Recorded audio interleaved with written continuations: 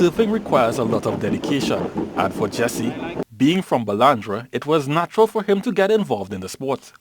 From ever since I actually started surfing, I mean, it was in the area. I was indoctrinated into the sport by locals. There's the ever popular Chris Dennis. He's like one of my biggest mentor. I've actually learned a lot from him. I came into surfing seeing Chris.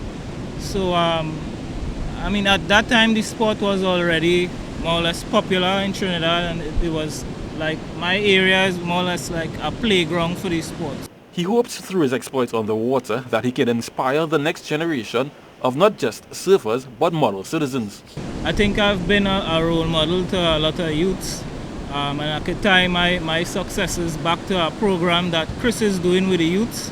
I like to think that I'm a protege of him, and also other youths are like our proteges. You know, they've actually seen us becoming pioneers in the sport, and not only the enjoyment of the sport and surfing, but also they getting to see the success it brings.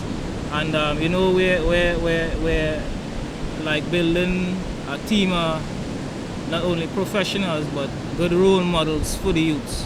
And credits surfing with helping him stay focused on other life goals. Surfing has always been a background for me to come and de-stress, whether it be from school or from issues at home or just social issues on a whole within the community. It has always been an avenue for me to come and, you know, de-stress and be at peace and, you know, think about a lot of different things that actually influence my life in a positive way today.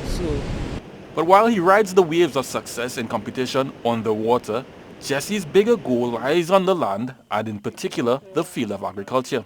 An agronomist with Caribbean Chemicals and Agencies Limited, where he serves as a product development officer for the Eastern Caribbean, he has dedicated this part of his life to helping his community improve its farming practices. Traditionally in my region, in Toko area, Balandra, we used to do a lot more traditional crops and never the short-term crops, which, you know, is good for business and entrepreneurship.